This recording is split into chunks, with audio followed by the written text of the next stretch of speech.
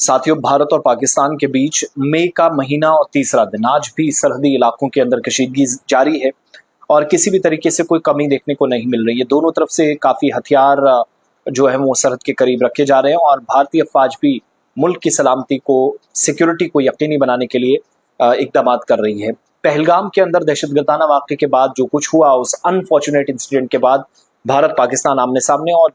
जब न्यूक्लियर ताकतें आमने सामने हों तो खौफ या कशीदगी का माहौल बनना तय है। इसके लिए मैं बहुत पहले से बता रहा हूँ कि यहाँ डरने की जरूरत नहीं है, बल्कि दुख और अफसोस का इजहार जिन लोगों की बेगुनाह शहरियों का कत्ल किया गया पहलगाम की बाइसरन वादी के अंदर, उस पर भी अफसोस और उन लोगों पर भी अफसोस किया जाना चाहिए जो इस अफसोसनाक वाक़े के पीछे हैं और अभी तक वो बदकिस्मती से फोर्सेस के हाथों से दूर है। इधर क्रैकडाउन भी चल रहा है, कार्रवाइयां चल रही हैं, लेकिन सबसे ज्यादा अगर किसी को मुश्किल आ रही है तो वो उन लोगों को जो सरहदी इलाकों में है। मगर ज्यादातर लोगों से जो रिस्पॉन्स आया, ज्यादातर लोग जो बताते हैं, ज्यादातर लोग जिस चीज की तरफ इशारा करते हैं कि they are supporting in army, Indian forces, border security forces और जो भी एजेंसियां काम करती हैं, अगर कल पाकिस्तान पर मुमकिन तौर पर जो लगता है कोई कदम उठाया जाएगा, कोई कार्रवाई होगी, वो इस कार्रवाई के साथ होंगे और अफवाज का साथ भी देंगे। लेकिन पहलगाम दहशतगर्दाना हमले के बाद सुप्रीम कोर्ट ने मुल्क बदरी का जो सामना करने वाले खानदान थे उनको भी कुछ लोगों को अबूरी राहत दी। मगर एक चीज और याद रखिएगा, वो जो मिनाल खान वाला केस था जो वापस गई, उसमें कोर्ट के अंदर भी मामला है, हुकूमत से भी जवाब तलब किया गया और सीआरपीएफ ने उनका हस्बैंड चूंकि सीआरपीएफ में था तो मिनाल खान शादी गालिबन जो उसने कहा था कि नवंबर में वो शादी करके या दिसंबर में 2024 में आई, अब उसके हस्बैंड के खिलाफ कार्रवाई होगी। वो इसलिए मिनाल खान के हस्बैंड पर इल्जाम है कि जो जरूरी डॉक्यूमेंट्स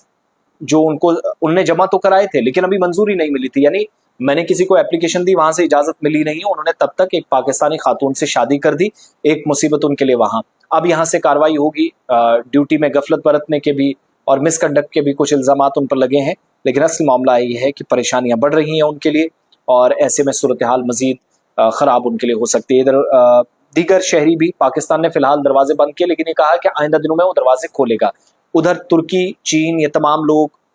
आर्मीनिया, अजरबैजान पाकिस्तान की हिमायत में आए। तुर्की का एक जंगी तैयारा भी पाकिस्तान के समुद्र में कराची पहुंच गया है। एलओसी पर अस्पतालों में अलर्ट है, मजीद दवाएं एलओसी के ऊपर रखी जाएं, खाने पीने की अशिया रखी जाएं, पहले से तैयारियां की गई है। यानी जंग जैसा माहौल उस तरफ से बनाया गया, जबकि इस तरफ से कोई अनाउंसमेंट नहीं, सिर्फ डर और खौफ देखिए, पुरतनाव कैफियत और बेचैनी देखिए कि जंग का किसी ने ऐलान नहीं किया लेकिन मुमकिन खतरात का लफ्ज इस्तेमाल करके पाकिस्तान कह रहा हम पर यह हो सकता है। ओवरऑल तमाम शहरियों से मैं ये अपील करूंगा कि एलओसी पर पाकिस्तान की तरफ से भी फायरिंग हुई है, जवाबी कार्रवाइयां उसकी की गई हैं, कुपवाड़ा में, राजौरी, नौशहरा, सुंदरबनी, पुंछ के अंदर, उड़ी सेक्टर में और इसी तरीके से कुछ एक सेक्टर्स बचे हैं। इंटरनेशनल बॉर्डर पर भी पुरतनाव सूरत हाल। मगर याद रखिएगा